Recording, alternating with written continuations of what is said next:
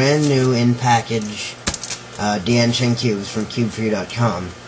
I have purchased 5 before, and I turned them into cubes that I use a whole lot, and I speed solve with them, but there are flaws in them that I'm going to point out today, as well as major upticks, or reasons that they're really good.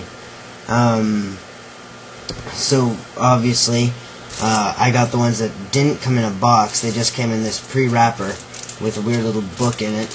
I now have a total of 10 of these books, but since they're in a language I can't read, I can't use them, but I don't know if I really care. From the diagrams, it looks like it's showing the beginner's method, how to solve it. Certainly nothing speed solve worthy. I should say nothing competition worthy anyway. The reason I'm unpacking them now, rather than before I started, was to prove that they are brand new. I have not done anything to them.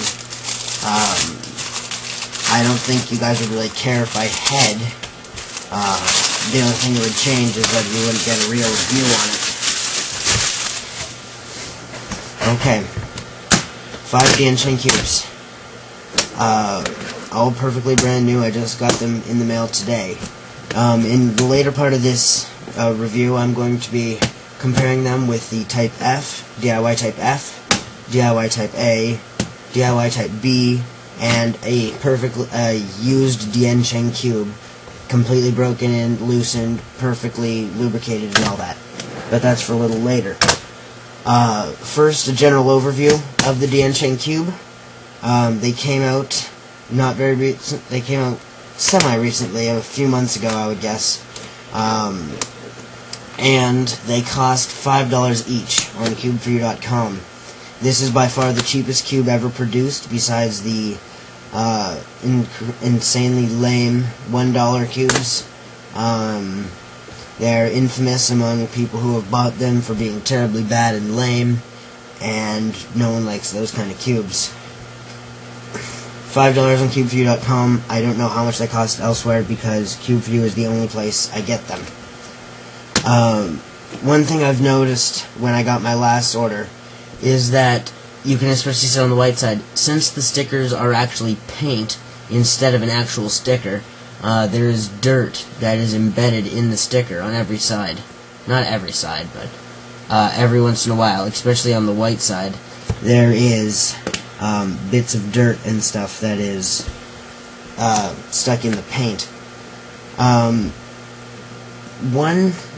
Like I just said a second ago, the color scheme and how the colors are applied to the cube is what really separates these from others. It's paint rather than a sticker, like I just said, which means that you can't peel it off. Obviously, you can't peel it off, and it will never look ratty. It'll just fade if you use it in the sun or leave it out or whatever. So that's the color scheme. And sometimes on these cubes, I don't know if I got any of them here. Oh, already I did. Let's see how many there are that are like that. Oh, this one's a crazy mix of it. Oh, this one has some damage on it. But that's okay, it doesn't really matter. With blue on the front, that one has orange. So in this set, unlike the last one, I got 2 cubes that have the same color scheme and 3 cubes that have the other one. The only difference in the color scheme, let's see what the normal one is. The normal would be with red on the left. So these 3 cubes have the wrong color scheme, and these 2 have the correct one. It has white, blue, and orange here, and this should be red. Red is instead on the other side, except on these, it's white, blue, and red. So if you try to speed solve on these, you will mix up the 2 sides and end up placing this pair over here instead, because red is on the opposite side from orange instead of what it should be. Another thing to say about the color is how red and orange are almost impossible to differentiate when speed solving, and in dim light the green and the blue can pass off as each other as well. The orange and the red mixing up is a big deal actually when speed solving, because you may pair the wrong corner with the edge or whatever. So that is one downside to the cubes. The good thing is though, when you first get them, they turn relatively well. Compared to the other ones, that one turns medium. This one turns bad. This one turns really good compared to the other ones. This one turns bad, but not as bad as this one. And this one also turns bad. So, I got one good cube, one cube with loose screws right from the beginning. I got one with medium, and 3 that turned pretty bad. You shouldn't worry about them turning bad, because you can easily take off the cap and unscrew them. Another color design thing is the new logo, which I think is pretty neat. I don't get why the corners on that cube are taken off, or exactly why it's a 5x5x5 on a 3x3x3 cube, but who knows. So these are all brand new, as you know, and hard to differentiate colors, and the switched orange and red.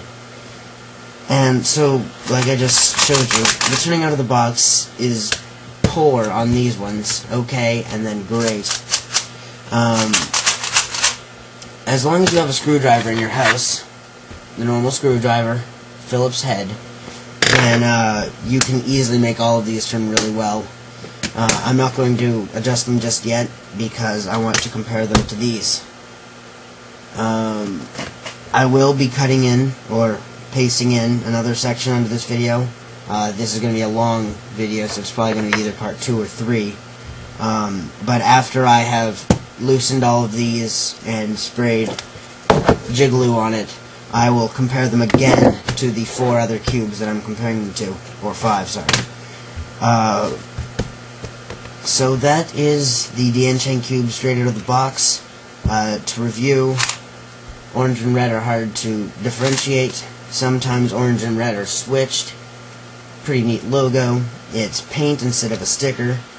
And the turning quality out of the box is variated.